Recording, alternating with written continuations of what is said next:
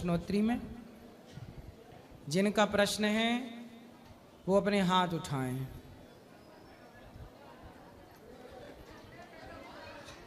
ले जाओ, इनसे बात कराओ। जी गुरुजी, राधे राधे। कैसे हैं? ठीक है गुरुजी। बताओ। गुरुजी, मैं नवादा बिहार से आया हूँ। मैं 12 साल से गवर्नमेंट जॉब का तैयारी कर रहा हूँ गुरुजी। फाइनल सिलेक्शन मेरा नहीं हुआ है अभी तक, इसीलिए पढ़ने में का मन नहीं करता है गुरुजी। इसीलिए मैं आपसे मिलने के लिए चला आया हूँ। पढ़ाई पूरी हो गई? क्या गुरुजी? पढ़ाई पूरी हो गई? जी गुरुजी, MSc फाइनल हो गई। अच्छा, तो अभी जॉब लगने की संभावना नहीं है? नहीं गुरुजी, इसीलिए मैं 3 मंथ से कुछ नहीं पढ़ा, इसीलिए मैं चला आया आपसे मिलने के लिए। तो पढ़ाई आपने की है तो प्रयास करते रहिए, लग जाएगी जॉब। क्या है, कुछ बिजनेस कर सकते हो तो बिजनेस कर लो। जी गुरुजी। कर सकते हो बिजनेस? वैसा तो मेरे लाइफ कोई बिजनेस अभी है नहीं फिलहाल गुरुजी, तो मैं दिमाग में वैसा नहीं है कि मैं कौन बिजनेस कर सकता हूँ। चलो, भगवान करे आप बिजनेस करो और सफल हो जाओ।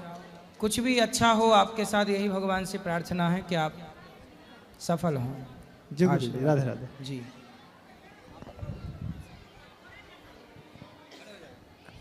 राधे राधे जी। जी। हाँ, मेरा पापा आपका बहुत बड़ा फैन है, आपको बहुत चाहते हैं और आपका टीवी में हर टाइम देखते हैं। हम लोग भी देखते हैं घर में सब कोई। मेरा पापा के लिए सिर्फ एक बार राधे राधे बोल दीजिए। बिल्कुल, आपके पिताजी को राधे राधे। पापा नहीं होते, पिताजी हाँ होते। हाँ, पिताजी। आपके वो जो आश्रम है उधर ही रुके हैं। मेरा पापा आने वाला था लेकिन अभी पापा नहीं, पिताजी। हाँ हाँ, पिताजी, सॉरी पिताजी। हम लोग बंगाली है ना, पिताजी भी नहीं बोलते हैं। क्या बोलते हैं? बाबा बोलते हैं। बाबा? हाँ। हाँ, तो बाबा अच्छा है। हाँ। हमारे कन्हैया भी पिताजी को बाबा बोलते हैं। हाँ, हम लोग बाबा अच्छा है। हाँ। पापा अच्छा नहीं है। नहीं, पापा हम लोग नहीं बोलते, लेकिन हिंदी में सब कोई पापा बोलता है, इसीलिए आ गया। और मेरा बेटी है, बेटी का शादी हो गया, उसका तबीयत थोड़ा ठीक नहीं रहता है और उसको जिधर शादी हुआ वो उधर भी वो ठीक नहीं रहता है, तो मेरा बेटी के लिए कुछ बोल दीजिए। क्यों नहीं? दामाद अच्छे नहीं हैं? नहीं नहीं नहीं। क्यों? वो बहुत दारू पीता है, फिर झमेला भी करता है। तो काहे दारू पीने वाले के संग बेटी ब्याह कर दिया आपने? मैं नहीं किया, वो अपने से शादी कर लिया था। बेटी ने? बेटी ने। Love marriage? हाँ, लव मैरिज। तो आपने समझाया नहीं था? हाँ, बहुत समझाया था, फिर उसको गुस्से में मार भी दिया था, उसकी वजह से वो चला गया था। मतलब आप देखो, आपने समझाया पर बेटी नहीं मानी और अब रो रही होगी बेटी। हाँ या ना? हाँ हाँ। तो जो माँ बाप के नहीं मानते बच्चे, वो परेशान होते हैं। इसलिए हम लोग कहते हैं माँ बाप की मानो, गुरुजनों की मानो, मनमानी ना करो। अब शराबी से प्यार कर लिया, अब वो मार रहा है। हाँ गुरुजी। अब मारता है उसको। हाँ, मारता भी है। अब फिर क्या है, उसको उसके कर्मों का दंड अब उसे मिलेगा। अब क्या करोगे? मेरे पास ही रहता है, इधर भी आया है। कौन? मेरा बेटी। कहाँ है? मेरा बेटी अभी हम लोग घूमने गए थे तो आपके गुरुकुल पे ही हम लोग ठहरे हैं। तो यहाँ पे बेटी आई है? हाँ, आई है। कहाँ है? नहीं, इधर नहीं, गुरुकुल पे और भी ठहरा दामाद? है। अभी दामाद नहीं आया। चलो, समझाना। अब क्या करोगे? दामाद को समझाया ही जा सकता है। वही तो हम सब तो लाना, समझाएंगे। आप भी समझाना। ठीक है, मिलजुल के समझाएंगे सब लोग। राधे राधे।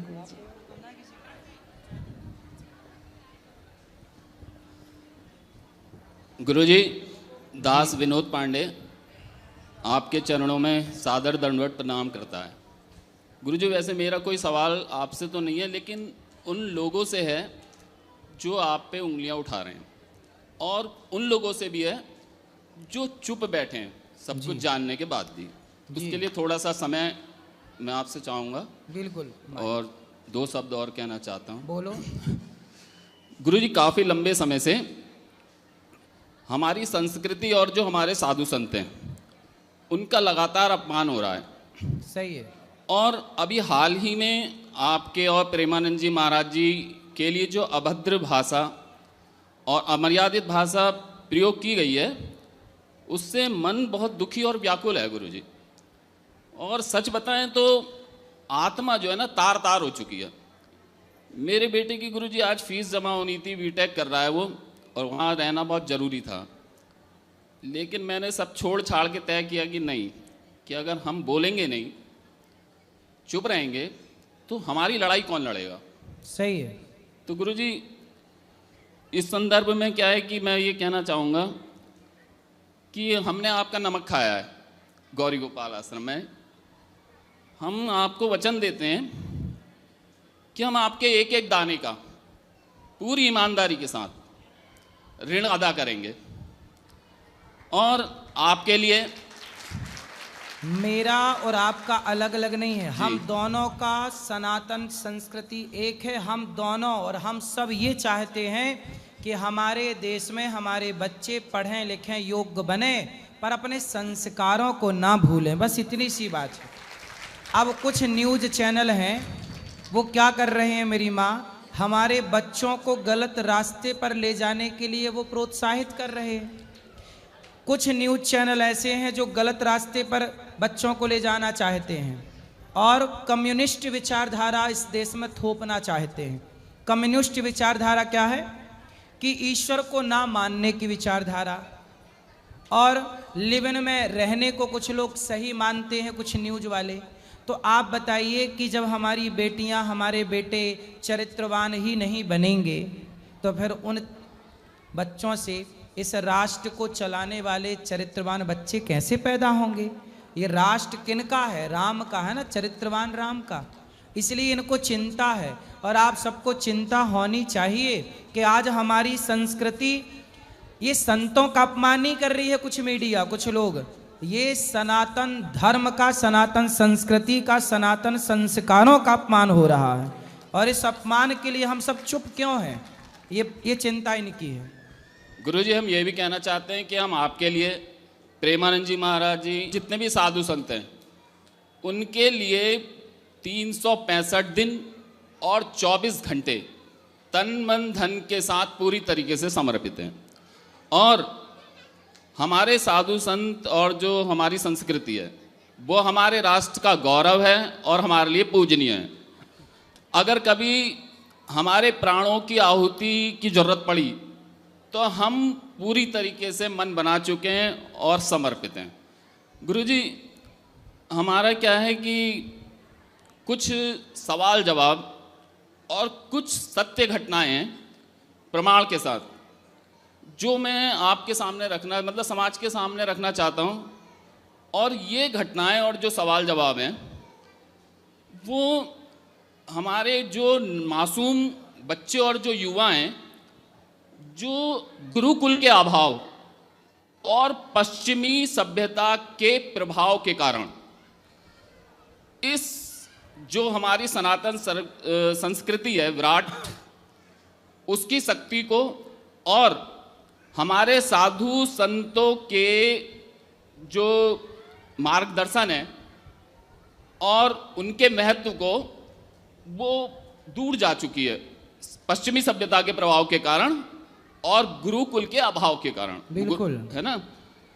तो गुरुजी मैं जो सवाल और कुछ जवाब जो अक्सर उल्टे सीधे पूछे जाते हैं और कुछ सत्य घटनाएं, वो क्या करेंगी, उनकी आंखें खोलने में सहायक सिद्ध होंगी जी। तो गुरुजी सवाल, दिक्कत यहाँ है कि वो सवाल जवाब जो हैं और जो सत्य घटनाएं वो बहुत लंबा समय चाहती हैं, उनको पर्याप्त समय चाहिए। तो मैं आप जो है प्रश्नोत्तरी के माध्यम से अलग अलग खंडों में मैं आपको बता पाऊंगा। तो मैं पहली एक घटना बताना चाहता हूं आपको, बिल्कुल सत्य। गुरुजी आपके जो कार्यक्रम चल रहे हैं, जैसे अन्न का, गौ सेवा का और वृद्ध माताओं का, ये तो सब जानते हैं, ये 3 हैं, लेकिन एक्चुअल में और भी हैं, वो बाद में बात करेंगे।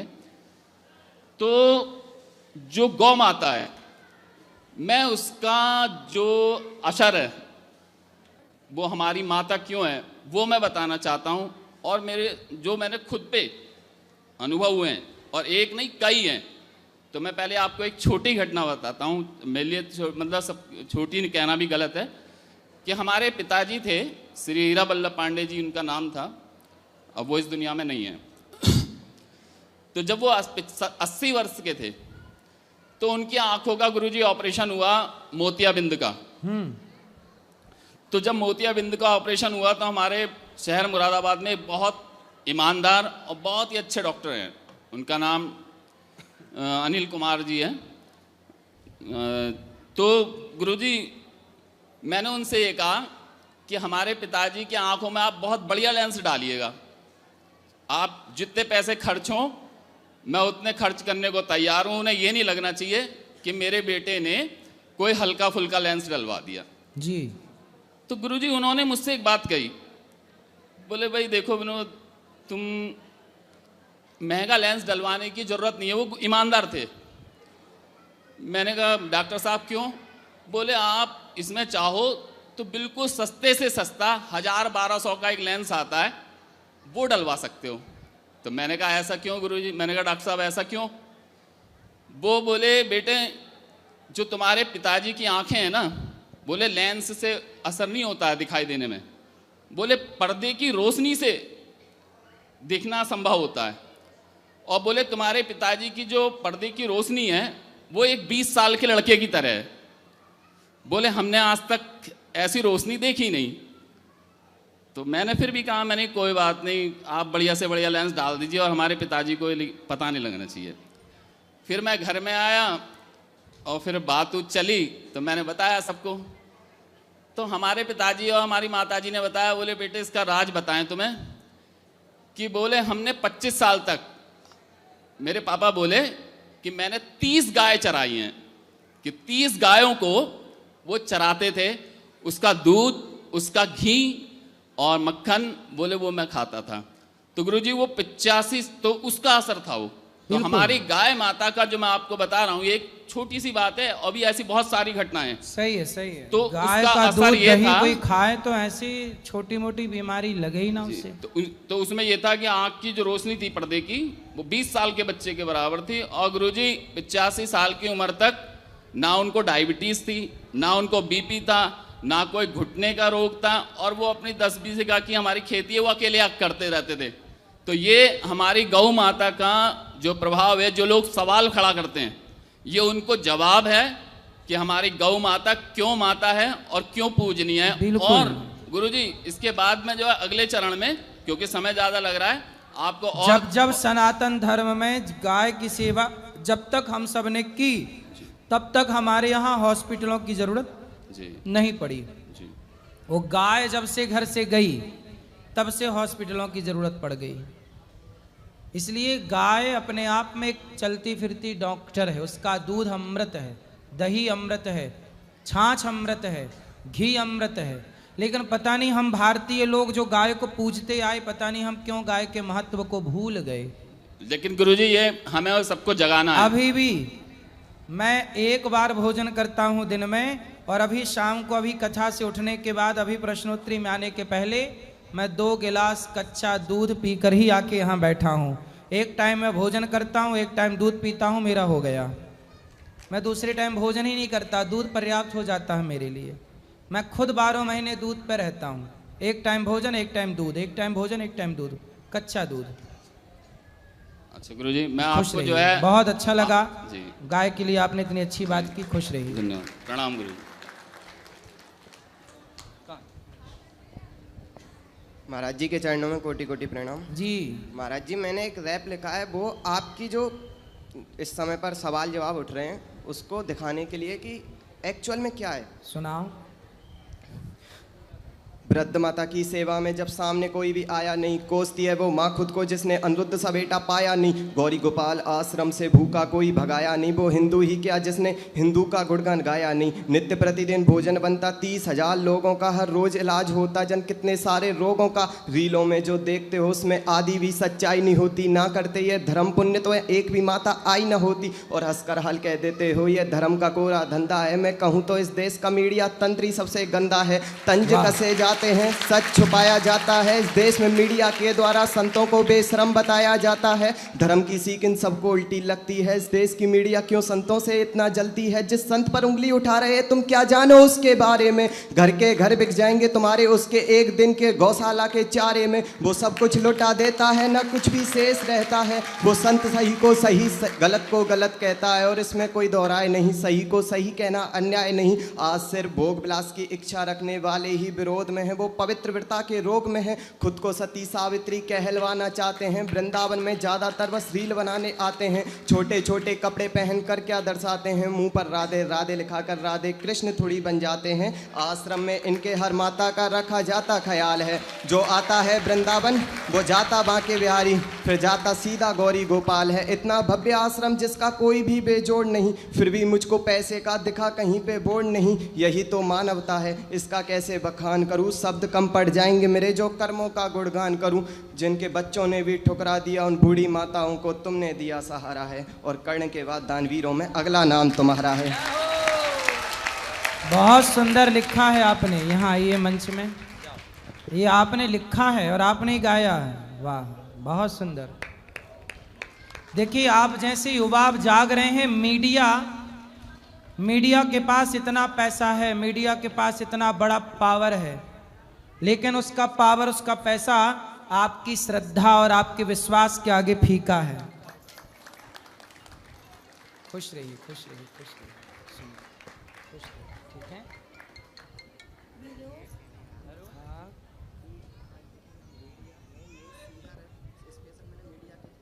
सही है।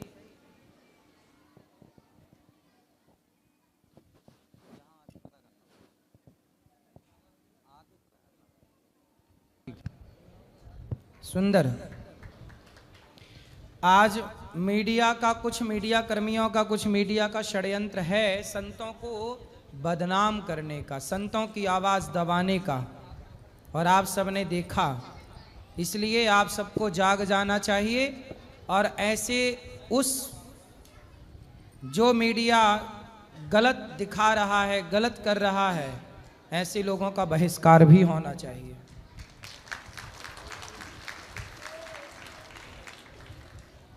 होना चाहिए कि नहीं? अभी मैंने देखा कि एक न्यूज़ चैनल पर संतों को बुलाकर संतों को थप्पड़ मारने की बात कह रहे थे।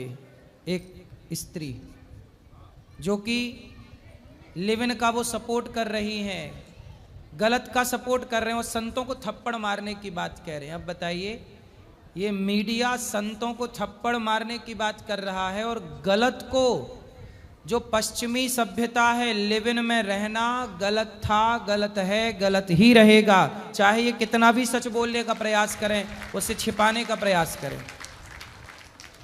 संतों को अपमानित करा जा रहा है मीडिया के द्वारा, कुछ मीडिया के द्वारा।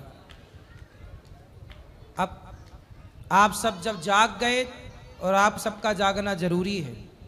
आजकल मीडिया, आपको एक बात बताएं, मीडिया सच कम दिखाती है, झूठ ज्यादा दिखाती है। झूठ का ही कारोबार है आजकल, सच का नहीं है साहब। सच की कोई खबर नहीं है।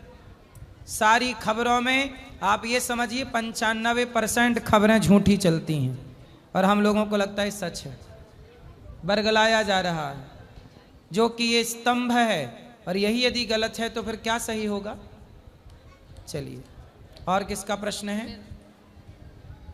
राधे राधे गुरुजी। जी गुरुजी, मेरा प्रश्न ये है कि पति पत्नी की अगर शादी होती है तो उसके बाद पति को केवल पत्नी के शरीर से ही मतलब होता है? क्यों ऐसा, आप ऐसा क्यों पूछ रही हैं? ऐसे ही मेरे साथ होता है। पति कहाँ? पति आपके यही हैं। कहाँ? बात कराओ। पीछे पता नहीं आए कि नहीं आए हैं यहाँ पे, तो है कि कुछ नहीं? काम धाम करते हैं पति? हाँ। तो आपको क्या दिक्कत है पति से? मतलब हमेशा परेशानी करते रहते हैं, उनसे किसी चीज़ से मतलब नहीं है, मेरे सुख दुख से, केवल उनको मेरा शरीर से ही मतलब है गुरुजी। तो आपका सुख दुख, शादी के कितने टाइम हुआ? हो गया 13-14 साल। 14 साल। बच्चे हैं? हाँ, एक है। तो आपका सुख दुख जानने की कोशिश नहीं करते? नहीं करते हैं वो, उनसे किसी चीज़ से भी नहीं मतलब है। तो कभी नहीं पूछा कि कैसी हो? कभी आपको कहीं पीड़ा हो, दर्द हो, तो कहीं आपके साथ बैठ के आपके दुख में दुखी नहीं हुए वो? दर्द पीड़ा होता तो मारते हैं उस पे। और कई बार गुरुजी मेरा सिंदूर भी मिटा देते हैं, बोलते कि तुम कुछ भी नहीं हो मेरे लिए। इसका मतलब क्या है, मुझे बता दीजिए। नहीं, ये तो गलत है। पति गलत व्यवहार कर रहा है आपके साथ। पत्नी का सुख पति का सुख होता है, पत्नी का दुख पति का दुख होता है। गृहस्थी ऐसी चलती है। हम एक दूसरे का सपोर्ट करें, साथ दें। पत्नी केवल भोग की वस्तु नहीं है, वह हमारे जीवन संगिनी है। जन्म से लेकर हमारे मृत्यु तक हमारा साथ निभाने वाली, हमारी मित्रवत। हमारी पत्नी केवल पत्नी नहीं है, वो मित्र भी होती है, वो माँ भी होती है, और वो सारी भूमिका अपने अपनी जगह निभाती रहती है। तो आपके पति को लाइए, हम उनको समझाएं। क्या नाम है पति का? प्रमोद नाम है। प्रमोद जी हैं यहाँ पर? हमेशा मेरे चरित्र पे ही उंगली उठाते रहते हैं। कहाँ है प्रमोद जी? देखो कहाँ बैठे हैं, लाओ बात कराओ। कहाँ इनके पति? जाओ जल्दी लेके आओ, पहले फास्ट। पति गुरुजी राधे राधे। जी गुरुजी, हमारी एक जिज्ञासा है कि जैसे ब्रह्मा जी के पुत्र नारद जी हैं और शंकर भगवान जी के पुत्र गणेश कार्तिकेय जी हैं, क्या विष्णु जी के भी कोई पुत्र या पुत्री हैं? हाँ जी, भगवान विष्णु के पुत्र ही भगवान नारायण के पुत्र ही ब्रह्मा हैं। भगवान नारायण की नाभि से निकला कमल, हाँ या ना? जी हाँ। कमल में ब्रह्मा जी प्रकट हुए, फिर ब्रह्मा जी से ये सारी सृष्टि चली, तो हम सब भगवान नारायण के ही पुत्र हैं। जी मतलब सर जो जी, भगवान जो मनु हुए हैं, जी मनु भगवान के ही अवतार हैं, अंश हैं। तो मनु के संतान होने से हमें मनुष्य कहा जाता है। इस भाव से हम सब भगवान की ही संतान हैं, इसलिए हम लोग जी, भगवान यही को है। बोलते हैं त्वमेव माता च पिता त्वमेव। गुरुजी एक प्रश्न और है, जैसे हमने देखा बाहर कुछ लोग तिलक लगाते हैं, तो हम ये जानना चाहते हैं क्या तिलक दूसरों के द्वारा लगाया जा सकता है? खुद लगाएं तो ज़्यादा बेहतर है। जी वही जी, धन्यवाद।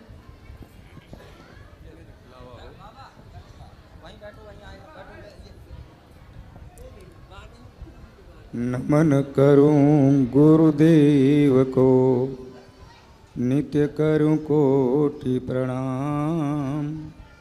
अब के बिछड़े कब मिलेंगे, श्री हरि राधे श्याम।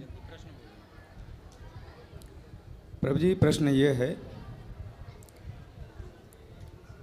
आप महिलाओं को इतना सपोर्ट देने के बाद भी महिलाओं को ही टारगेट किया जाता है आपको बदनाम करने का। जी, और परिवार में महिलाओं की इच्छा होती है, महिलाओं को आप बोलते हैं कि महिलाओं को सपोर्ट दिया जाए। महिलाओं को सपोर्ट इतना दिया गया, इतना उनको सहयोग मान सम्मान दिया गया, फिर भी माँ कैकेयी ने अपने पति का स्वर्गवास करा दिया। तो उस समय एक कैकेयी माँ थी, आज कोई कैकेयी नाम रखता नहीं अपनी बेटी का। सही है। लेकिन आज हर घर में एक कैकेयी बन के बैठी है। कौन? एक पुत्र को ही चाहती है और को चाहती नहीं, ऐसा कैसे चलेगा? और आज भी जब भी हमने देखा जो भी परिवार बिगड़ा बर्बाद हुआ, शकुनी को भी देखा, कंस को भी देखा, मंथरा को भी देखा, जहाँ भी उनके जिस भी बहन की मैके वालों का हस्तक्षेप परिवार में रहा, उसका परिवार बर्बाद हुआ। जी, आज मैं बहुत दुखी हूँ प्रभु। किससे? उसी तरह से मेरे परिवार में है मेरा साला जमुना छटंकी गुप्ता, गंगा छटंकी गुप्ता, जो बनारस के रहने वाले हैं। हम भी उत्तर प्रदेश से रहने वाले हैं।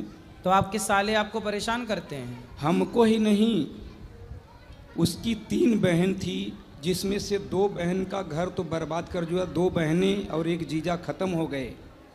उसके ससुराल की संपत्ति लेकर के हड़प गया और उन 2 बहनों को मार देने के बाद भी उसके ऊपर, उसके परिवार के ऊपर आज भी कर्जा बताता। हम अभी भी दोनों पति पत्नी जिंदा हैं। और जब भी हम कोई काम करेंगे, बच्चे हमने तो पैदा साले किए। आप सालों को आप दूर रखिए कि भाई आओ ही मत, हमसे बात ही मत करो। इतना कि जब भी कोई बात करेगा तो सामने नहीं करता। हमारी 2 बेटियों का घर बर्बाद कर दिया। पहला काम करेगा वो, नाम रखेगा हमारा। काम करेगा वो, नाम रखेगा हमारा। लड़की की बुराई उसके ससुराल में और उस लड़के की बुराई उसके ससुराल में, दोनों पति पत्नी के बीच में विरोध करा के दोनों का परिवार तोड़ दिया। हमारे दामाद को बोला कि तू इसको छोड़ दे, मैं तेरी दूसरी शादी करा दूंगा। मामा बोला अपनी भांजी को छोड़ दे। भांजी को नहीं, दामाद को बोला मेरे। हाँ हाँ, मतलब उसकी भांजी लगी ना, उसकी भांजी को, उसको छोड़, मैं तेरा दूसरा विवाह करा देगा। हाँ। 2 बेटियों का शादी कराया मैंने, 2 बेटियों का घर बर्बाद कर दिया। उसके बाद जब बड़े लड़के का शादी किया, उसके ससुराल में जाकर के मेरे परिवार की खूब बुराई तबीयत से। तो आप लोगों ने कोई कंप्लेंट क्यों नहीं करते पुलिस में? फिर शादी हो गई, बहू घर में आ गई, उस बहू की बुराई हमारे घर में। तो आप घुसने क्यों देते हो उसको घर पे? बुला करके जब भी वहाँ शादी में, समझिए, निमंत्रण हमने दिया तो हमारे साथ में उसको रहने, 1 मिनट, हमारे साथ में चलना चाहिए उसको। अरे क्यों लेके चल रहे हो उसको अपने साथ? लेकिन वो गया वहाँ ससुराल में। 1 मिनट जहाँ सुनो, आपको मैं समाधान, देखो ये तो हो गई समस्या, हाँ, कि सबका घर तोड़े जा रहा आपका साला। अब ऐसा करो कि साले का ही आप घर का, अपने घर से हुक्का पानी बंद कर दो। अब हमारे यहाँ जाना बंद कर दो। सुनिए, हमारे यहाँ से बंद कर दिया, लेकिन बाहर में हमारी बुराई आज भी कर रहा है। करने दो, लड़कों का घर बिगड़ रहा है प्रभु जी हमारा। तो उनको समझाओ अपने लड़कों को कि बेटा ये सब शकुनी है, इससे दूर रहना। आप ना अपने परिवार के सबको बता दो सच्चाई कि भाई ये आदमी खराब है, इससे दूर रहना। बस एक बात आपको खाली हमारी पत्नी को समझा देना है, आज भी हमारी बात का वो सपोर्ट नहीं करती है। अपने भाई की बात मानती है पत्नी, भाई से बात नहीं करती। हाँ। लेकिन आज भी हम कोई भी प्लान बनाएंगे, कोई भी काम करना चाहेंगे, अब दूसरे लड़के का शादी किया उसमें भी बुराई, मतलब हमारी बात को अनदेखा कर देना। हम घर में बिल्कुल हल्के बन के बैठे हैं। आपकी पत्नी आपकी बात नहीं मानती? नहीं मानती, बिल्कुल नहीं मानती। किसकी बात मानती हैं? हमारी बात को खाली उसको काट देना है। नहीं तो मानती किसकी है? अब बच्चों की, बच्ची और की। बड़ा लड़का बहू जो है अब उससे कांटेक्ट में है, वो ससुराल वाले, ये सब तांत्रिक भी काम करते हैं प्रभु जी। एक घर में तंत्र विद्या भी करते हैं। हमारी दूसरे लड़के का जो मैं शादी किया, बड़ी बहू जब भी अपने मैके जाती है तो वहाँ से कुछ न कुछ काला कांडी, उसका दादा है तांत्रिक, वो घर में कुछ न कुछ करके लाती है। जैसे आई कि हमारे घर में उपद्रव चालू हो जाता है, लड़के का काम छूट जाना, लड़के का तबीयत खो जाना, ये बहुत चल रहा है। हमारी पत्नी जी यहाँ हैं, कृपया आप कर दीजिए हमारे ऊपर कि उनको समझा दीजिए, कुछ हमारी बात को सपोर्ट दें। कहाँ पत्नी? यहीं पीछे बैठी है। अभी भी मैं यहाँ लाने को कोशिश करता हूँ तो कहती तुम करना है, तुम करो। बात कराओ पत्नी से। कहाँ? आओ इनकी पत्नी। गुरुजी जी, मैं भजन सुनाना चाहता हूँ। सुनाओ। आपके लिए बनाया हूँ और आपके जो दुश्मन हैं उनके लिए एक चेतावनी तमाचा है। हाँ बताओ। श्री अनुरुद्धाचार्य गुरुजी और कितने बड़े महान हैं, दुनिया भर में देखो इनकी अजब निराली शान है। दुनिया भर में देखो इनकी अजब निराली शान है। धन्य है इनकी माता जिनने जन्मी गोद खिलाई, यशोदा और कौशल्या के सम प्यारो लल्ला पाई। सुन के पिताजी गद गद हो रहे, सुन के पिताजी गद गद हो रहे, पुत्र कमायो नाम है। और दुनिया भर में देखो इनकी अजब निराली शान है। सुंदर। ईश्वर अंश और ज्ञान खजाना, साहस बहुत ही भारी, इनके सब अनुगामी हो गए देश के नर और नारी। पर स्वार्थ और सेवा कारण, पर स्वार्थ और सेवा कारण किए निछावर जान है। दुनिया भर में देखो इनकी अजब निराली शान है। जिन माँ की सेवा पुत्र न करते उनकी करते सेवा, इच्छा भोजन रोज कराते दूध दही और मेवा। रात दिना भंडारा चलता, रात दिना भंडारा चलता, लाखों भूख मिटाए इंसान है। दुनिया भर में देखो इनकी अजब निराली शान है। बंदर बालक संत की सेवा रात दिन ही करते, इतना करने पर भी पापी दुश्मन इनसे जरते। देख सके न पराई विभूति, देख सके न पराई विभूति, ऐसे क्रूर इंसान हैं और दुनिया भर में देखो इनकी अजब निराली शान। सुंदर। 4 दिन से खाया नहीं सर, बहुत बुखार चढ़ी रही। मैं बिल्कुल मरने के लिए तैयार रहा कि जब तक मैं यहाँ ये गीत नहीं सुनाऊंगा जब तक जाऊंगा नहीं। तो ये आपने खुद ने लिखा है? जी हाँ वाह, जी। बहुत।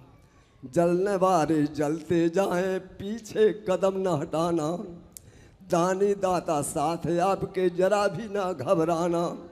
हाथ जोड़कर दास ये कहता, हाथ जोड़कर दास ये कहता है आपके साथ घनश्याम है। वाह। और दुनिया भर में देखो इनके अजब निराली शान है। सही कह रहे हैं। 4 दिन हो गए गुरुजी, बुखार चढ़ा, खाना भी नहीं खाया 4 दिन, आज 2 रोटी खाया हूँ मात्र। नहीं, आपका इलाज भी करा देते हैं हॉस्पिटल। कहाँ गया था गुरुजी, कोई नहीं सुनता। अभी भेजते हैं आपको, चिंता ना करिए। अगर आप चाहें गुरुजी तो गीत के माध्यम से आपके दुश्मनों को मैं ऐसा तमाचा मारूंगा कि वो बोलने की दम नहीं करेंगे। सही है। जनता और जनार्दन दोनों का आशीर्वाद है, आप सबका साथ है, तो फिर ठीक है सब। महाराज जी जय श्री राधे जी। हाँ हाँ बोलो, आप बोलो। महाराज जी जय श्री राधे जी। मैं उत्तर प्रदेश के फतेहपुर जनपद से आया हूँ जी। और मैं एक छोटे से गांव से बिलोंग करता हूँ। और आज से 14 वर्ष पहले जब मैं कक्षा 4वीं 5वीं का छात्र था, तब मेरे गांव में एक कार्यक्रम शुरू हुआ जहां पर गरीब कन्याओं के विवाह का आयोजन किया गया। महाराज जी पहले वर्ष जब वो कार्यक्रम हुआ तो एक कन्या का विवाह हुआ, पूरे गांव ने बढ़ चढ़ कर उसमें हिस्सा लिया, सबने भागीदारी दी और एक अच्छी तरीके से जैसे अपनी घर की एक बेटी को हम विदा करते हैं उसी तरीके से उन बहन का विदाई का कार्यक्रम हुआ, सब संपन्न हुआ। आज महाराज अब ये 15वां साल होगा हमारा जब जो हम नवंबर पे करने जा रहे हैं। महाराज दिक्कत इस बात की है कि लोग इस कार्यक्रम को लेकर के मतलब गांव समाज के और क्षेत्र के लोग हम लोगों को ताना भी मारते हैं और जो भी उस कार्यक्रम में शामिल जितने भी नए युवा शामिल हैं और जो लोग पुराने काम कर रहे हैं उसमें जो लोग हम लोग आश्रम की सेवा में और कार्यक्रम की व्यवस्था में रहते हैं तो हम लोग के ऊपर कई तरीके के आरोप लगते हैं कि हम लोग पैसा बचा लेते हैं या उस धन को हम सही तरीके से यूटिलाइज़ नहीं करते।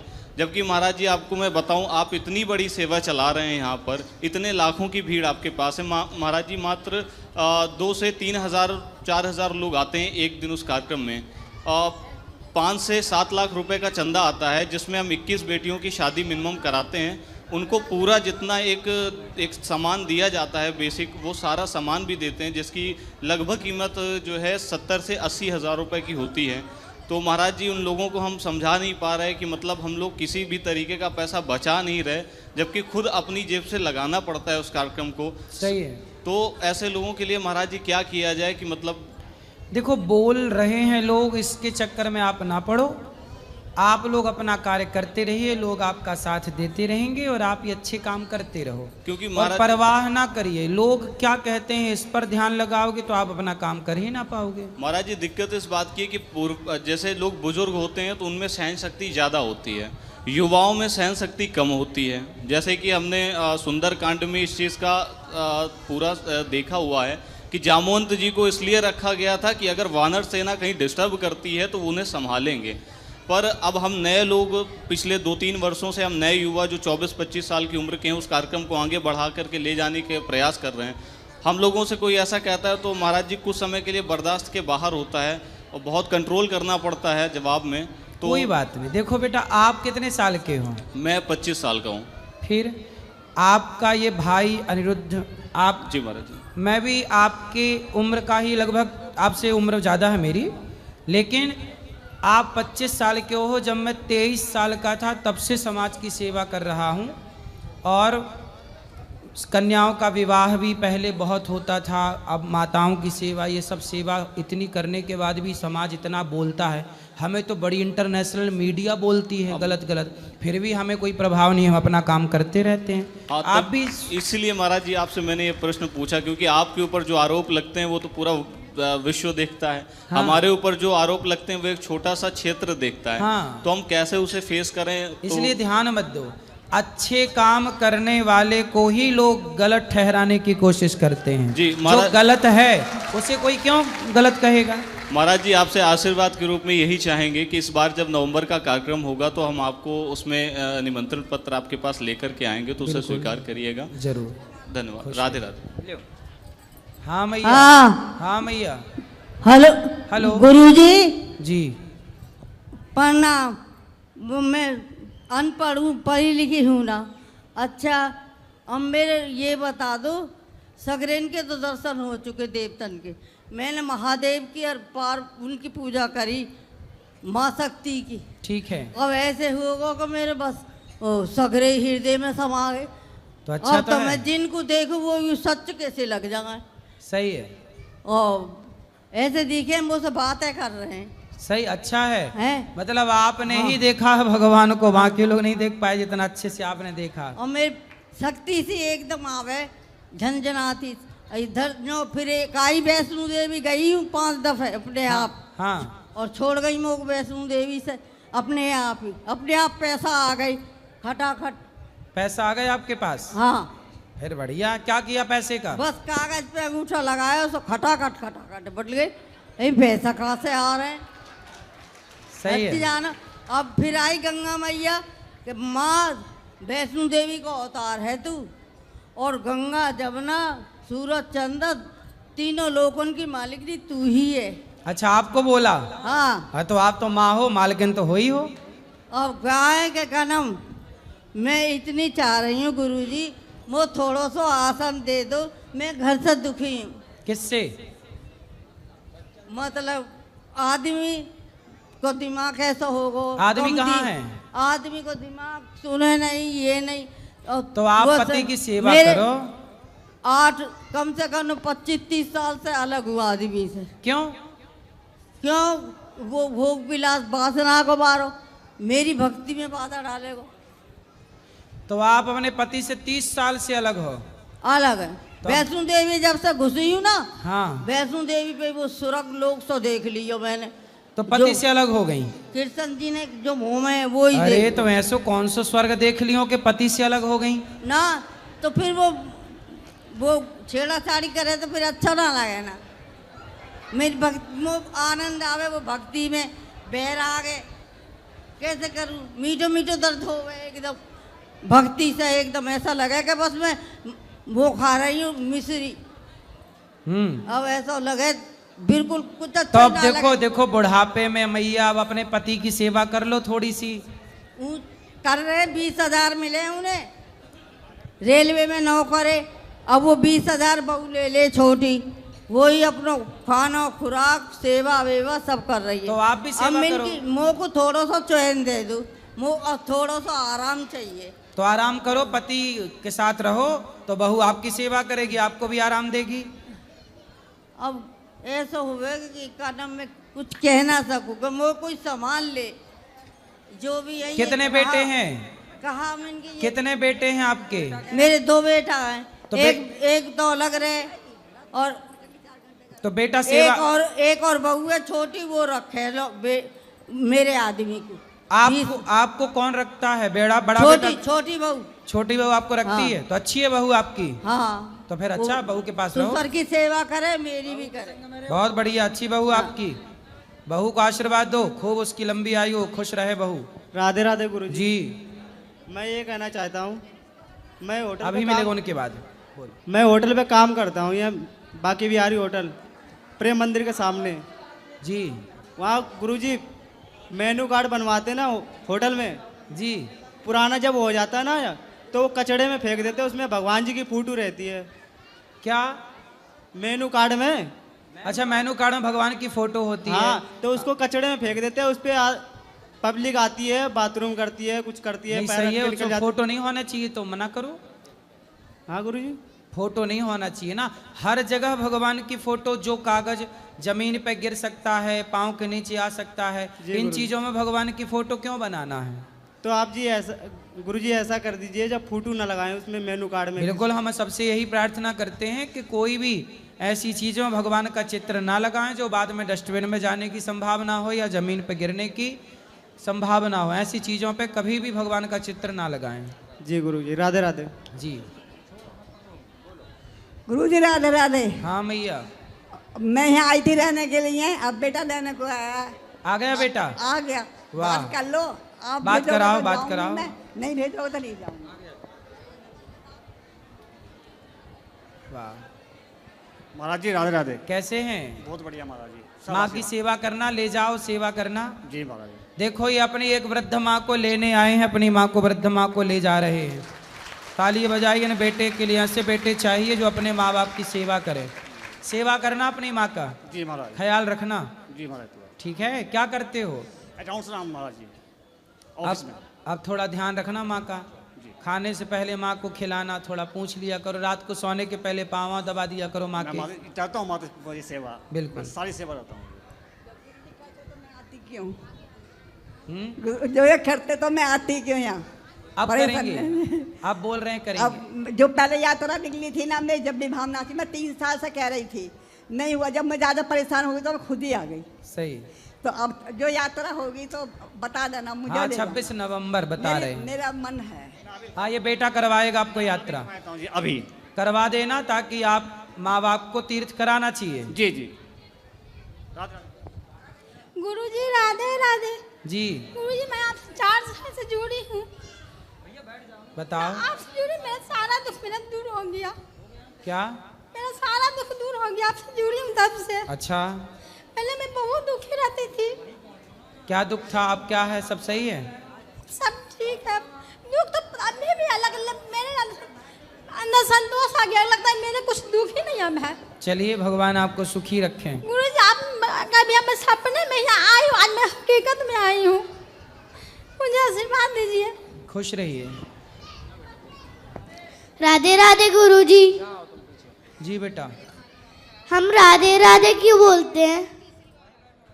राधे राधे इसलिए बोलते हैं क्योंकि राधा का नाम भगवान कृष्ण को बहुत प्रिय लगता है। अच्छा। जैसे आप राधा राधा बोलते हैं तो भगवान श्री कृष्ण प्रसन्न हो जाते हैं, राधा राधा सुनते हैं, इसलिए राधा राधा बोलते हैं। ओके। और कृष्ण कृष्ण बोलते हैं तो राधा जी प्रसन्न हो जाती हैं। तो राधा को प्रसन्न करना है तो कृष्ण कृष्ण जपिए, और कृष्ण को प्रसन्न करना है तो राधा राधा जपिए। ठीक है गुरुजी। राधे राधे। जी। जय श्रीमन नारायण गुरुजी। जी। गुरुजी आज आपने कथा में सुबह सुबह नारद जी के बारे में सुनाया था। तो मेरा प्रश्न ये है कि जो नारद जी हैं, जैसे ब्रह्मा जी बदलते हैं हर 100 साल में उनके, वैसे ही नारद जी भी बदलते हैं? नारद जी भगवान के 24 अवतारों में एक अवतार है, इसलिए नारद जी अवतार हैं अंश, इसलिए वो नहीं बदलते। तो अगर वो भगवान जी के 24 अवतार में से एक अवतार हैं, तो वो जो पिछले जन्म वाले थे वो कौन है? क्या है, नारद जी पहले भी, उस पिछले जन्म के पहले भी वो नारद जी ही थे, पर उन्हें श्राप लग गया था। श्राप के कारण वो एक दासी पुत्र बने थे, श्राप के कारण। तो वो श्राप पूरा भोगने के लिए गए थे, श्राप के कारण गए, फिर वापस आ गए। वो पहले भी, उस बच्चे से पहले भी वो नारद जी ही थे। अच्छा, मतलब वो बच्चे से पहले भी नारद जी थे, फिर उनको श्राप लगा, फिर उसके बाद वो आए थे धरती पे। हाँ, फिर वो फिर नारद हो गए बाद में। राधे राधे गुरुजी, आपके चरणों में कोटि कोटि प्रणाम। खुश रहिए।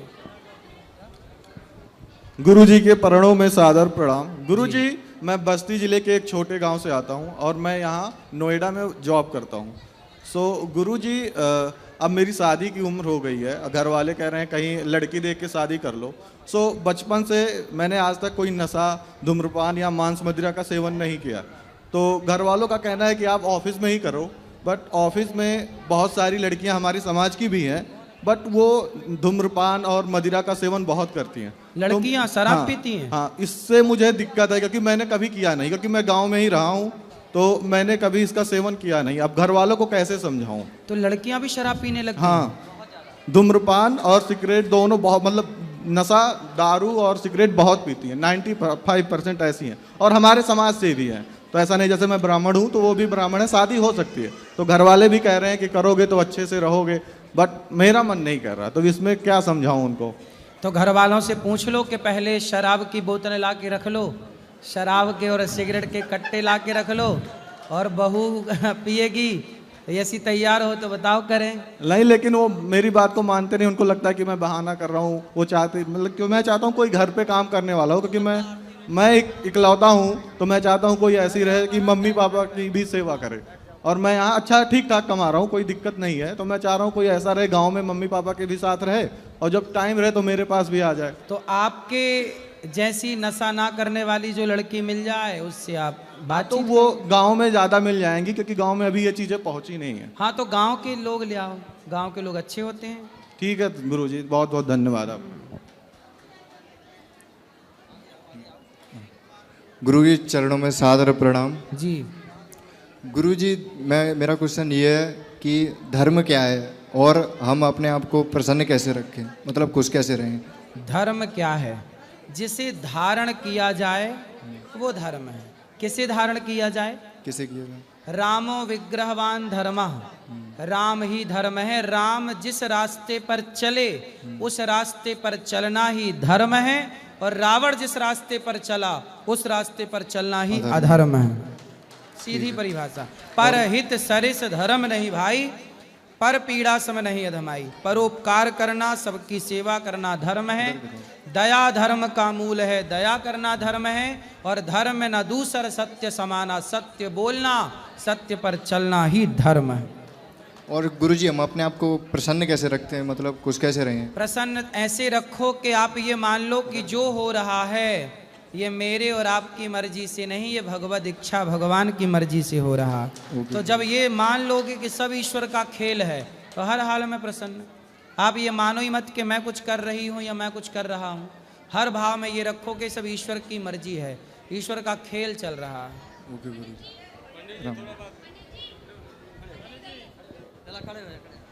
गुरुजी राधे राधे जी। गुरुजी, मेरा एक सवाल है बहुत छोटा सा आपसे। मैं बहुत बड़ा फूडी हूँ। पहले मैं बहुत कम वेट का था, करीब 60-65 किलो का, लेकिन मैं जो भी कुछ भी फास्ट फूड देखता हूँ मुझे खाने का बहुत मन करता है और खाता रहता हूँ पूरा दिन, और बहुत कंट्रोल नहीं कर पाता हूँ। मैंने इसके लिए फिटनेस के जो होते हैं गुरु, उनसे भी मिला और उनसे भी सजेशन कंसल्ट किया। कितने साल के हो? मैं गुरुजी 27 साल का हूँ। ठीक है, विवाह हो गया? नहीं, अभी अनमैरिड हूँ। ठीक है, अभी तो आपकी जठराग्नि तीव्र है, लेकिन खाने पीने में ध्यान रखो, क्योंकि ये जो आप खा रहे हो आज, इसका दुष्परिणाम, इसका नुकसान तब दिखेगा जब आप 35-40 साल के हो जाओगे। जी गुरुजी। अभी तो कुछ नहीं दिखेगा, क्योंकि अभी सब ठीक चल रहा है। जैसे ही 40 साल के भय आप 35-40 के बीच में दिखने लग जाएगा कि आपने गलतियां की हैं। जी गुरु। इसलिए अपने आने वाले टाइम को, अपने बुढ़ापे को, अपने उस अवस्था को बेहतर बनाना है, तो अभी कंट्रोल करो, अच्छी चीज़ें खाओ, हेल्दी चीज़ें खाओ। गुरुजी, कुछ आप सुझाव बताओगे कि कैसे कंट्रोल करूँ? हो नहीं पाता है वैसे। कंट्रोल तो आपको ही करना पड़ेगा। गाड़ी आपके पास से, ब्रेक आप ही लगाओगे, मैं छोड़ आऊँगा ब्रेक में पाँव रखने। भाई आपको ही ना दबाना पड़ेगा ब्रेक। तो आपको पिज्ज़ा, बर्गर, चाउमीन ना खा के चने खाते हो? चने क्या क्या खाते हो? गुरुजी, मैं फास्ट फूड में कुछ भी, जैसे पिज्ज़ा, बर्गर, घर का खाना भी। चने खाया करो, अंकुरित कर लिया करो। मूंगफली है, चने, थोड़ा इनको अंकुरित करके टमाटर की चटनी सिलबट्टे वाली मिला के मस्त खाओ, स्वाद भी रहेगा, अच्छा भी, हेल्दी हैं चीज़ें। चने ज़्यादा खाया करो, दूध पिया करो, देसी घी खाया करो। गुरुजी, उपवास रखने से फ़ायदा हो सकता है अगर 1 या 2 दिन रखे हफ्ते में? देखो, यदि आपको वजन कम करना है, जी गुरुजी, तो वजन कम करने का सबसे बढ़िया खाने तरीका, पे भी कंट्रोल करना है। सबसे बढ़िया तरीका है कि आप सुबह फल खाओ। क्या खाओ? फल। सुबह ना नाश्ते में फल खाओ, सिर्फ फल। और दोपहर के भोजन में आप सैलेड, सलाद ज़्यादा खाओ, अंकुरित अनाज खाओ, चने, दाल अंकुरित करके, मूंगफली, और दाल, चावल, सब्जी, रोटी जो भी है वो भी खाओ दोपहर को। और दोपहर के खाने के बाद आप उसके बाद भोजन मत करो, बचे हुए टाइम का ना उपवास करो। पूरी रात कम से कम 15 घंटे, 14 घंटे व्रत करना है। जी गुरुजी। आप 15 घंटे का व्रत कर लोगे तो अपने आप स्वस्थ भी हो जाओगे, मोटापा भी चला जाएगा और आप फिट हो जाओगे। जी गुरुजी। तो आपको, जैसे आपने 1 बजे खा लिया दोपहर को, सुबह नाश्ता आपने माना 8 बजे या 9 बजे कर लिया जी, और नाश्ते के बाद आपने 1 बजे, 12 बजे, दोपहर को 1 बजे भोजन किया, उस भोजन के बाद फिर कुछ मत खाइए, फिर सीधा अगले दिन फल का नाश्ता करिए, फल फिर 1 बजे खाइए। ऐसा करिए अपने आप, कोई ऐसा कर ले तो कोई बीमार ही ना पड़े कभी। राधे राधे गुरुजी। क्योंकि हम लोग खाते हैं ना, तो हमारे पेट को भी, हमारे लीवर को भी थोड़ा रेस्ट चाहिए होता है। जब आप रात में कुछ नहीं खाते तो पूरी रात लीवर, हमारा पेट रेस्ट करता है, और जब रेस्ट मिलेगा उसे तो वो अगले दिन बेहतर काम करेगा। अब दिन भर खाओगे तो पेट को रेस्ट नहीं मिला, अपच होगा, खून गंदा होगा और बीमारियां पैदा होंगी। बोलो। राधे राधे गुरुजी। जी गुरुजी, हमने गुरु अभी बनाया था 5-6 साल पहले। तो अब क्या है कि आपको गुरु हम लोगों ने मान लिया है, हमारी पत्नी और हम। तो मैं प्रेमानंद जी महाराज का प्रवचन भी मैं सुनता हूँ, आपका भी रेगुलर सुनता हूँ। तो उन्होंने ये कहा कि जिसको गुरु मान लिए हैं, अगर दूसरा गुरु बनाते हैं तो आपको गुरु द्रोह लगेगा, ऐसा। जी ठीक है, तो आप मंत्र ले लीजिएगा कल सुबह। जी गुरुजी। तो ऐसा कुछ है नहीं ना? कोई बात नहीं, आपका मन है आप ले लीजिएगा। जी गुरु। राधे राधे। राधे राधे। गुरुजी राधे राधे। जी गुरुजी, हमारा सवाल ये है कि सब कुछ जब ईश्वर की इच्छा से हो रहा है, तो जो पाप इतना संसार में है, दुख है, कसाई गाय काट रहा है, तो क्या उसमें भी ईश्वर की इच्छा निहित है? ना। तो इसको स्पष्ट करें गुरुजी। देखो, सब कुछ ईश्वर की मर्जी से होता है, ये बात सबके लिए थी ही नहीं। ये ज्ञान जो है ये सबके लिए नहीं है। जैसे सब लोग शांत रहिए, मेरी प्रार्थना। भैया, ओ भैया, मेरी माँ चुप रहो, सुनो। ये बताओ, परमाणु बम जो है क्या ये सबके लिए है? नहीं। कि एक आप भी अपने घर में रख लो, एक हम भी रख लेते हैं? नहीं नहीं। पाकिस्तान के पास परमाणु आ गया तो रोज धमकी देता है। गलत व्यक्ति के हाथ में कोई पावर लग जाएगा, शक्ति लग जाएगी, तो वो उसका सदुपयोग कम करेगा, उसका दुरुपयोग ज़्यादा करेगा। अब जैसे ये ज्ञान है कि ईश्वर की मर्जी के बिना पत्ता नहीं हिलता, ये बात है तो सही, पर यह ज्ञान सबके लिए नहीं था। अब जैसे चोर चोरी करता है और बोल देता है कि तो ईश्वर की मर्जी के बिना पत्ता नहीं हिलता, मैं गुनाहगार थोड़ी हूँ, तो गलत आदमी के हाथ ज्ञान लग गया। सुनो, जो ईश्वर के भरोसे हैं, जो भक्त हैं, अच्छे लोग हैं, सात्विक लोग हैं, धर्म का आचरण करने वाले लोग हैं, ये ज्ञान उनके लिए है। जैसे आप लोग कथा सुनते हैं, आप धर्म पर चलते हैं, आप किसी के 1 रुपए की चोरी नहीं करते, झूठ बोलने को पाप समझते हो, चींटी को मारने को आप पाप समझते हो। जो लोग चींटी को मारना पाप समझते हैं, ऐसे लोगों के लिए ये ज्ञान है कि जो हो रहा है वो ईश्वर की मर्जी है, इसमें जो प्रसन्न रहो, हर हाल में प्रसन्न रहो। ईश्वर की मर्जी के बिना पत्ता नहीं हिलता, ये बात जहाँ लिखी है उसके पहले भी बहुत सारी बातें लिखी कि पहले ये सत्य पर चलो, दया करो, परोपकार करो। जब ये ज्ञान हो जाएगा तब ये ज्ञान पाओ कि सब में ईश्वर है, ईश्वर की मर्जी के बिना कुछ नहीं है। तो जो योग्य हैं उनके लिए ये ज्ञान था, चोर उचक्के गलत लोगों के लिए ज्ञान नहीं है। चोर से पूछना कि तुमने चोरी की है, धन तुम्हारे पास है, तो भाई इसमें ईश्वर दोषी कैसे है? तुम ही तो दोषी हो। ईश्वर ने चोर से पूछना कि उस चोर को क्या ये पता नहीं है कि चोरी करना गलत है? जब चोरी करना गलत है तो चोरी क्यों की? और जब की तो दंड तुझे मिलेगा, ईश्वर थोड़ी दोषी है। लेकिन अगर चोर से अगर ये बात हम कहेंगे तो वो कहेगा हमारे पास मजबूरी थी, अगर हमारे पास खाने को धन होता, खाने के लिए पैसे होते जिससे मैं तो बोले भैया चोरी क्यों करता है? अरे बोले जो मजदूरी कर रहे हैं वो मजदूरी इसलिए तो कर रहे हैं, खाने पीने को नहीं है तो मजदूरी करके कमा रहे हैं। बोले तुम भी मजदूरी काम करके कमा लो, चोरी क्यों करोगे भाई? उनसे कहो पेट भरने के बहुत तरीके हैं। सास से उठा लेते हैं कि जैसे रावण के पास इतनी शक्ति थी, इतना बल था, जो कि ब्रह्मा जी या शंकर जी के वरदानों से प्राप्त हुआ, तो उसमें तो ईश्वर की इच्छा निहित थी। किसकी इच्छा निहित थी? भाई ब्रह्मा जी ने उसको वरदान दिया था। रावण पिछले जन्म में जय और विजय था। हाँ, तो वो तो ईश्वर की मर्जी थी सब कुछ समाज को मैसेज लेकिन वो तो देना। फिर भी अधर्म ही फैला रहा था, उसको मारने के लिए स्वयं प्रभु को आना हाँ, पड़े। आना पड़ा।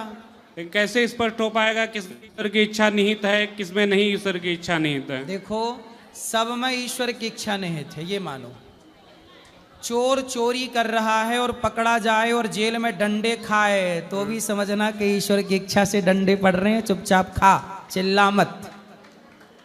जब बलात्कारी को बलात्कार करने में मजा आता है और वो बोल देता है कि ईश्वर की इच्छा से सब हो रहा है, तो जब फांसी के फंदे पर पहुंचो तो भी हंसते हंसते चले जाना, क्योंकि उसका दंड ईश्वर की मर्जी। ये भी है कि तुमने वो किया तो ये भी ईश्वर की मर्जी है। तो ईश्वर की फिर दोनों ही तो मर्जी हैं। बिल्कुल। अब चलो मनुष्यों का हम मान लेते हैं कि उनका दुख उनकी अपनी खोज है, लेकिन जो मूक प्राणी हैं, जैसे गाय की हमने बात करी कि गाय को कसाई काटता है, बहुत ज़्यादा गाय को सबसे ज़्यादा कष्ट हो रहा है इस समय, और भी जीवों को, तो उसमें कैसे पता चलेगा ईश्वर की इच्छा निहित है कि नहीं है? देखो, हम सब प्रयास करें कि गलत ना हो। नहीं, वो हमारा भी प्रयास यही रहता है। हम सबको ईश्वर ने समझ दे रखी है। हाँ। ड्राइवर है गाड़ी चलाने वाला, तो गाड़ी चलाने वाले को पता है कि ब्रेक कब लगाना है, एक्सीलेटर कब दबाना है। आपकी गाड़ी लेके आपका ड्राइवर यदि चला जाए और कहीं एक्सीडेंट कर दे, तो क्या आपकी इच्छा थी कि एक्सीडेंट हो जाए? नहीं। किसकी गलती थी? हमारी। तुम्हारी के ड्राइवर की, जो चला रहा था? जो ड्राइवर चला रहा था। हाँ, उसी तरह ईश्वर की मर्जी से संसार चलता है, पर ईश्वर ने कुछ जिम्मेदारियां आपको सौंप रखी हैं। कुछ निर्णय केंद्र सरकार लेती है, पर कुछ निर्णय राज्य सरकार के लिए स्वतंत्र कर दिया जाता है कि राज्य की व्यवस्थाओं का निर्णय कुछ कुछ राज्य सरकारें ले सकती हैं। ऐसे ईश्वर तो केंद्र है, सुप्रीम पावर है, पर कुछ कुछ पावर ईश्वर ने आप सबको दे रखा है कि कुछ सही गलत के डिसीजन आप खुद भी अपने लिए लेते रहा करो कि आपके लिए क्या सही, आपके लिए क्या गलत है। सबका निर्णय थोड़ी ईश्वर सबका हिसाब करेंगे तो सबका, लेकिन आप भी तो स्वतंत्र है ना। ईश्वर ने बुद्धि दी। लेकिन ईश्वर परम नियंता है ना। हाँ। वो चाहे तो रोक सकता है कि कसाई गाय ना काटे। अच्छा, एक किसी बात जीव बताओ, को दुख ना हो। एक बात बताओ। हाँ। जब बच्चा एग्जाम देता है और क्वेश्चन पेपर में कुछ गलत लिखता है, गलत उत्तर लिखता है, तो वहां जो खड़ा टीचर निरीक्षण कर रहा है वो जान जाता है कि गलत उत्तर लिख रहा है, तो क्या उसे टोकता है कि बेटा ये गलत है? लेकिन पहले मनुष्य के पास तो विवेक होता है। पहले जो हम पूछ रहे हैं उसका उत्तर दो। हाँ, नहीं टोकता है। वो नहीं टोकता। हाँ। वो सही लिखता है तो मास्टर पीठ नहीं थपथपाता कि वाह बेटा, और वो गलत लिखता है तो टोकता नहीं है, क्योंकि वो एग्जाम का टाइम है। जब एग्जाम की कॉपी जमा हो जाएगी तो परिणाम बच्चे के सामने आ जाएगा। उसी तरह ये कर्म भूमि है, ये संसार क्या है? कर्म भूमि। यहाँ आकर हम सबको कर्म करना है। ईश्वर सब देख रहे हैं पर वो कुछ बोल नहीं रहे हैं, क्योंकि ईश्वर ने आपको कर्म करने भेजा है। अब आप स्वतंत्र हो, चाहे अच्छे कर्म कर लो चाहे बुरे कर्म कर लो। शराब भी आपके सामने है, दूध भी आपके सामने है, क्या पीना है मर्जी आपकी। पाप भी आपके सामने है, पुण्य भी आपके सामने है, क्या करना है मर्जी आपकी। 100 रुपये आपके पास हैं, चाहो तो 100 रुपये में आप शराब पी लो, चाहो तो 100 रुपये में किसी भूखे को भोजन करा दो। आप स्वतंत्र हैं। तो ईश्वर तो आपको समय देकर संसार में भेज चुका है कि जाओ कर्म करो। अब अच्छे करना है कि बुरे करना है, वो समझ भी ईश्वर ने आपको दे रखी है। शास्त्रों का ज्ञान भी है, गीता पढ़ लो कि क्या करना धर्म है, क्या करना धर्म है। तो जब आप अमेरिका जाओगे ना, तो अमेरिका का कानून आपको फॉलो करना पड़ेगा। बिल्कुल। ऑस्ट्रेलिया जाओगे तो ऑस्ट्रेलिया का कानून आपको फॉलो करना पड़ेगा। तो धरती पे आए हो तो गीता ईश्वर का कानून है, थोड़ा फॉलो कर लो, गीता पढ़ लो, थोड़ा शास्त्र पढ़ लो, और जब करोगे तो फिर दंड भोगने को तैयार रहिएगा। आप गौ हत्या करेंगे तो दंड आपको मिलेगा। लेकिन उनका क्या, जो मानते नहीं गीता को? कौन? जो सनातन धर्म को नहीं मानते। नहीं मानने दो, कोई बात नहीं, भोगेंगे। लेकिन कहीं न कहीं उनकी वजह से जीवों को तो कष्ट हो रहा है ना। तो जो कष्ट हो रहा है तो बाद में वो पाएंगे साहब, वो नाली का कीड़ा बन के कई जन्मों तक भोगेंगे। बचा अवश्यमेव भोक्तव्यम, गीता में लिखा है, शास्त्रों में लिखा है, भोगना पड़ेगा। जो जस करहि सो तस फल चाखा, कर्म प्रधान विश्व करी राखा। जो जैसा करेगा उसे कोई नहीं बचा सकता। भीष्म पितामह ने सांप को कांटों के ढेर में फेंका था, बस तो उन्हें भी बाणों की सैया पे लेटना पड़ा। राम के पिता दशरथ जी ने श्रवण कुमार को मारा और उनके माँ बाप को तड़प तड़प के मरना पड़ा पुत्र वियोग में। तो दशरथ जी को भी तड़प तड़प के मरना पड़ा पुत्र के वियोग में। जब कर्मों का दंड भगवान के पिता को मिला तो कर्मों का दंड हमें और आपको क्यों ना मिलेगा? बचेगा कौन? बचा कौन कि बचेगा कौन? चलिए ठीक है गुरुजी, राधे राधे जी। राधे राधे गुरुजी। बोलो बेटा। मैं आपको विषय नारी पे कविता सुनाना चाहती हूँ। सुनाओ। कोमल है कमजोर नहीं तुम, शक्ति का नाम ही नारी है। जग को जीवन देने वाली मौत भी तुमसे हारी है। सदियों के नाम पे तुझे जलाया, मीरा के नाम पे जहर पिलाया। सीता जैसी अग्नि परीक्षा जग में अब भी जारी है। कोमल है कमजोर नहीं तुम, शक्ति का नाम ही नारी है। इल्म हुनर में दिलो दिमाग में किसी बात में कम तो नहीं है। पुरुषों वाले सारे ही अधिकारों की अधिकारी है। बहुत हो चुका अब मत सहना, तुम्हें इतिहास बदलना होगा। नारी को कोई कह ना पाए अबला है बेचारी है। कोमल है कमजोर नहीं तुम, शक्ति का नाम ही नारी है। जग को जीवन देने वाली मौत भी तुमसे हारी है। मौत भी तुमसे हारी है। धन्यवाद आपका। सुंदर, बहुत बढ़िया, बहुत सुंदर कविता। राधे राधे गुरुजी जी। मुझे आपसे एक प्रश्न पूछना है कि बच्चों को हम जब परवरिश करते हैं उस टाइम हमें इन्हें आध्यात्मिक ज्ञान ज़्यादा देना चाहिए या किताबी ज्ञान ज़्यादा देना चाहिए? किताबी ज्ञान देना है तो जो स्कूल में पढ़ा रहे हैं वो तो सही है, साथ में थोड़ा गीता, रामचरितमानस, वाल्मीकि रामायण, इन चीज़ों का अध्ययन करेंगे और कराएंगे तो बहुत अच्छा प्रभाव पड़ेगा। तो हमें ज़्यादा किस पे जोर देना चाहिए? जो इनमें से जो भी आप कर सकें।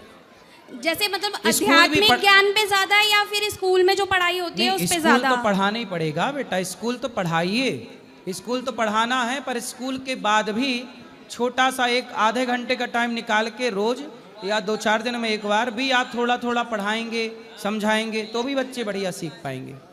राधे राधे बोलो गुरुजी को। राधे राधे। राधे राधे। हेलो, मैं नीलम जायसवाल, मेरा नाम है। महाराज जी राधे राधे। मैं यूपी डिस्ट्रिक्ट सिद्धार्थनगर से आई हूँ। भैया एक मिनट प्लीज़। तो मेरा ये कहना था, मेरे 1-2-3 प्रश्न हैं। एक तो हमारी मम्मी की तरफ, माता जी की तरफ से है और एक अपनी खुद की है। तो मैं ये मम्मी हमारी कह रही थी कि आप एक बार महाराज जी से जब भी दर्शन करना तो ये प्रश्न जरूर करना। और एक भजन बोली थी गाने के लिए क्योंकि उनका खुद का लिखा हुआ है। बोलो बोलो क्या है? तो महाराज जी मैं ये कहना चाहती हूँ कि मेरे पापा जो हैं लगभग ये नवरात्रि आएगा तो 2 साल हो गए उनको डेथ किए, होने वाला है, लेकिन वो मेरे दिमाग से निकलते नहीं है। मैं नोएडा में ही रहती हूँ, अकेली रहती हूँ, लेकिन कभी काम में बिजी रहती हूँ तो उतना ध्यान नहीं आता। बट रात में जब भी मैं फ्री होती हूँ तो अचानक से उनकी हमेशा याद आती है और अजीबोगरीब सपने आते हैं और काफ़ी भावुक होते हैं। उनको लेके ऐसा लगता है जीवित हैं। तो ये 2 साल से कभी ऐसा नहीं हुआ कि वो जिंदा नहीं है, लगता है हमेशा वो सामने है। ठीक है। तो उससे संतुष्टि नहीं मिलती है कि अच्छा ठीक है कोई बात नहीं, चलो जो होना था हो गया, बट वो मन मानता नहीं है। ऐसा क्यों? कौन नहीं मानता? मन नहीं मानता है पापा को लेके। पापा,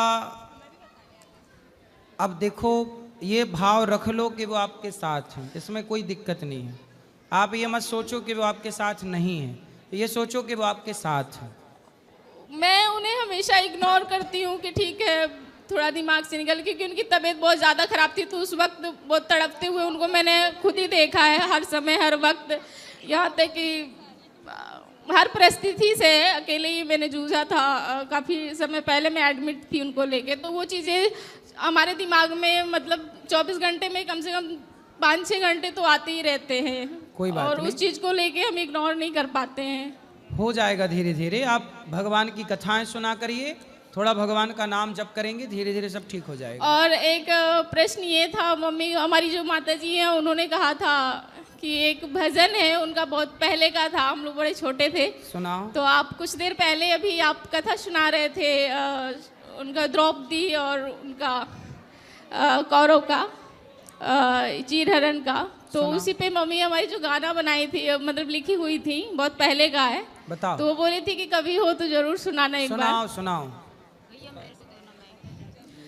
लाज मेरी अगर लुटे गई इस घड़ी, प्रभु के आने ना आने से क्या फायदा।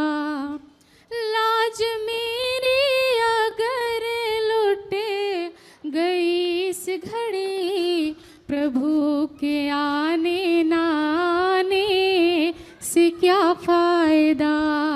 घर में नंगी हुई से सभा बीच में, 5 पतियों के होने से क्या फायदा। तुम कहाँ पर छिपे हो हमारे प्रभु, क्यों ना करके दुख को मिटाते प्रभु। तुम कहाँ पर छिपे हो हमारे प्रभु, क्यों ना करके दुख को मिटाते प्रभु। नर नाई बचाने को इज्जत मेरी, बाद में मुँह दिखाने से क्या फायदा। वाह, सुंदर। तेरे अबला का सुन प्रभु जी आ गए, छिप के बैठे हैं साड़ी के हर तार में। खींचते खींचते दुशासन थक गया, बोला अब खींचने से है क्या फायदा। लाज मेरी अगर लुट गई इस घड़ी, प्रभु के आने ना आने से क्या फायदा।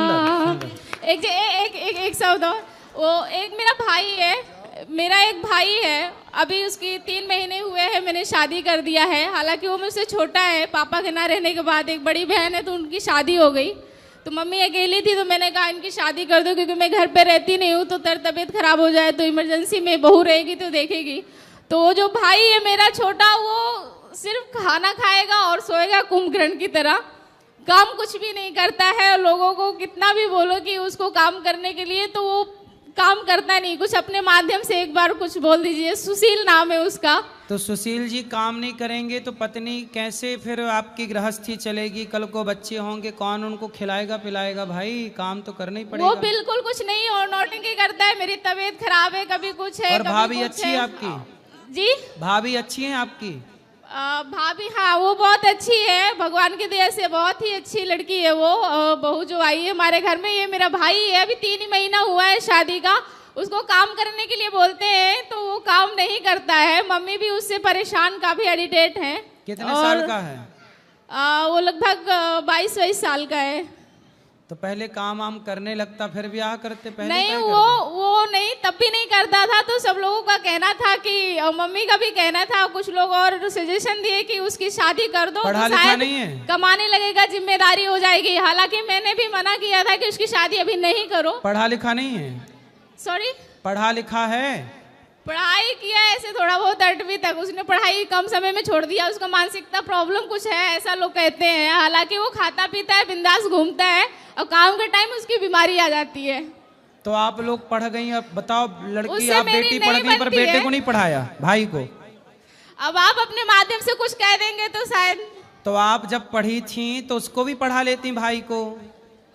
हाँ तो वो नहीं मान रहा था ना, बस आप अपने माध्यम से एक बार कह दीजिए कि उसको कुछ काम कर ले। चलो बिल्कुल बोल दिया हमने, काम करो बेटा तभी गुजारा ठीक है। होगा। राधे राधे गुरुजी। खुश रहिए। राधे राधे गुरुजी। हाँ मेरे स्कूल में ना तिलक लगाने से मना करते। कौन? टीचर्स। क्या बोलते हैं? टीका मत लगा, क्या बोलते? बोले टीका से आपको क्या दिक्कत हो रही है, सर से पूछना। बोले हम टीका अपने माथे पे लगाए हैं, आपके माथे पे थोड़ी लगाए हैं। ठीक है। हाँ बोले हमारे माथे पे लगा है टीका, आप पढ़ाओ बस। चलो यहाँ ले आना। राधे राधे गुरुजी। जी। मेरा प्रश्न कि अगर हमारे परिवार में कोई भी पाप करता है तो वो पूरे परिवार को भोगना पड़ता है क्या? नहीं, जो पाप करेगा वो भोगेगा। और बाकी देखो, यदि परिवार में एक व्यक्ति गलत करता है तो उसके पूरे परिवार को बदनामी मिलती है ना। तो हमें उसके साथ रहना चाहिए या नहीं रहना चाहिए? अब गलत है तो बिल्कुल गलत को गलत कह देना चाहिए, गलत को सही नहीं कहना चाहिए। राधे राधे गुरुजी। जी। ये मैया इनकी पत्नी। हाँ मैया। हाँ राधे राधे गुरुजी। आपके भाई आपका घर बिगाड़ रहे हैं, ऐसा आपके पति ने बताया, सही है?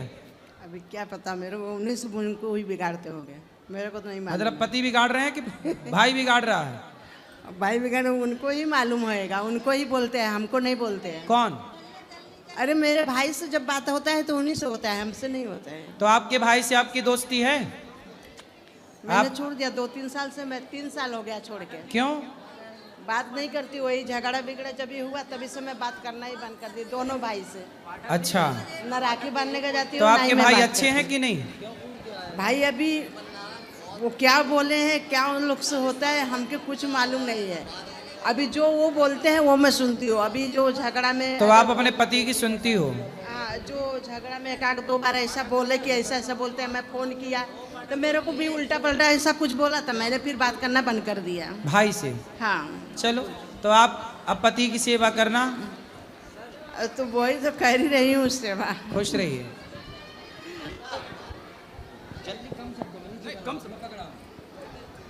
प्रभु जी ऐसा है कि इनके सामने इनका भाई मुझे मारा भी। अच्छा। हमारी बेटे को भी गलत बोला, मेरे बेटे को बोला बाप को पैसा मत दिया तो करो। करते हैं अपने भाई से, बाप को आपके लिए पैसा छोड़ मत दिया सब। बाप को पैसा मत देना। और आज हमारे 4 बेटे हैं, कोई काम न करना चाहता, काम करना चाहते करे भी तो पैसा देना नहीं चाहते हैं। और बड़ी बहू ने छोटी बहू को मार के भगा दिया, मारने की धमकी भी दी, फिर भी ये सासू माँ है, छोटी बहू के विषय में सपोर्ट में इसको बड़ी को बहू को बोल नहीं सकती है। ये बड़ी बहू ने मार के भगाया, गाली भी दी। देखो बहुएं बड़ी हो चाहे छोटी हैं तो आपकी ही। हाँ। इसीलिए क्यों लड़ना आपस में, क्यों प्यार मोहब्बत से रहो। ये क्या है ना, वो छोटी वाली जो शादी हुआ वो 2 बार भाग के गई, फिर मेरा लड़का उसको पकड़ के लाया। कहाँ भाग के चली गई? नैहरे भाग के 2 बार गई। एक बार गई चलो जाने दो, फिर कैसो लेके आए, रातों रात वो लोग पहुंचा दिए। फिर दूसरे बार गई 10-12 दिन के बाद, वो भी नैहर नहीं दूसरे ठहर थी। काम मालूम किसके घर पे थी मालूम भी नहीं। लड़का कैसो बोलाया, उसको बहका के बोलाया। आई घर में इतनी चिलम हमके बिल्डिंग में है, कोई आजू बाजू वाला अब तो रहते हैं ना प्रेम से, अब दोनों प्रेम से हैं। नहीं, वो भाग के अभी झगड़ा ही कर रही है, घड़ी झगड़ा ही करती है, आने का नाम ही नहीं ले रही है। और खाली झूठे बोलते हैं कि खाली मार के लोग भगाए, हमारे ऊपर इल्जाम डालेंगे, वो बड़ी वाली के ऊपर इल्जाम डालते हैं। इतना सबके ऊपर खाली इल्जाम डालते रहते हैं, लेकिन वो आने ही नहीं चाह रही है। ये छोटी बहू का सपोर्ट कर रहे हैं। हाँ, वो आने चाह ही नहीं रही है। जब छोटी बड़ी गुरुजी, जब बड़ी बहू ने छोटी बहू को मारा तो इनके सामने की बात है, तो इनको डांटना चाहिए कि नहीं डांटना चाहिए? और ऊपर से सुबह में इसको फोन करके उसने मारने की भी धमकी दी, अभी कम मारी हूँ, आएगी तो और मारूंगी। कौन बोला? इनके सामने की बात है कि नहीं है? कौन? तो इन्होंने बड़ी बहू को डांटा कि नहीं डांटा? अब आप बहू बेटे से मन हटाओ, इस उम्र में भजन करो भगवान का। कहाँ तुम दलदल में फंस रहे हो? अब बुढ़ापा भजन में लगाओ। ये सब उम्र हाथ बात वैसे ही तोड़ लिए हो, अब भजन में लगाओ मन। अब केवल मन भगवान में लगाओ। बहू छोटी, बहू बड़ी, बेटा बेटा, सबसे मन हटाओ। एक भगवान श्रीमन नारायण। बस बोलो क्या है, क्या बोलो ना, बोलो, हम सुन रहे हैं। बोल तो दो।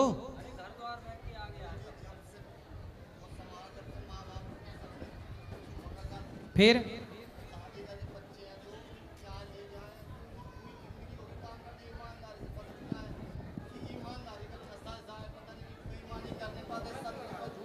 फिर